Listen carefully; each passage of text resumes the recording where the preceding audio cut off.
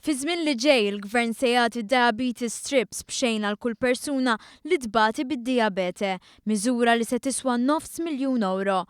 Ħabbar dan is-Segretarju Parlamentari għas-Saħħa Chris Fern wara laqgħa kordjali li kellu mal-Ombudsman u l-Kummissarju għas-Saħħa b'rabta ma' rapport li ħejjew dwar is-settur tas-saħħa. Rapport li rrikomanda li żewġ mediċini ġodda u strips ta' zokkor jingħataw lil aktar nies.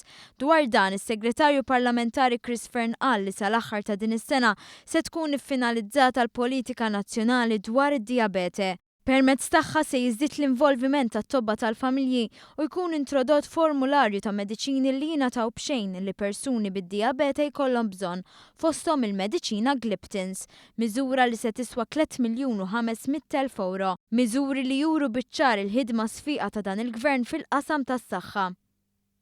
Ġifiri, meta tlajna fil-Gvern kien hemm 130 mediċina out of stock mill-ispiżjar tal-għażla tiegħek, din il-ġimgħa hemm waħda biss. Minn Mater Dei mill-200 mediċina out of stock niżilnihom għal tlieta.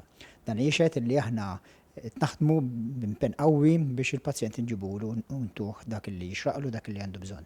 Qegħdin naħdmu wkoll u dan iddiskutejna anke mal-Ombudsman biex ndaħlu mediċini ġodda fuq il-formularju tal-Gvern biex aktar u aktar mart nkunu nistgħu nfejqu b'iktar mod effiċjenti u fil-fatt fil-ġimgħat u fix-xhur li ġejjin ħandaħlu mediċini ġodda għal dak il-pazjenti li bagħtu bid-diabete biex nkunu nistgħu nittrattawhom dejjem aħjar.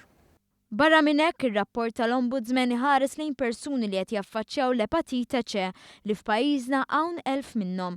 Irrimarkaw li mhumiex jingħataw mediċina li ma tantx ilha li ħarġet fis-suq u li tiswa €75,000 lil kull pazjent. Dwar dan Chris Fern qal li pajjiżna flimkien ma' stati żgħar oħra qiegħed minn ta' quddiem nett biex jagħmel pressjoni fuq il-manifatturi tal-mediċina sabiex il-prezz tal-kura jonqos.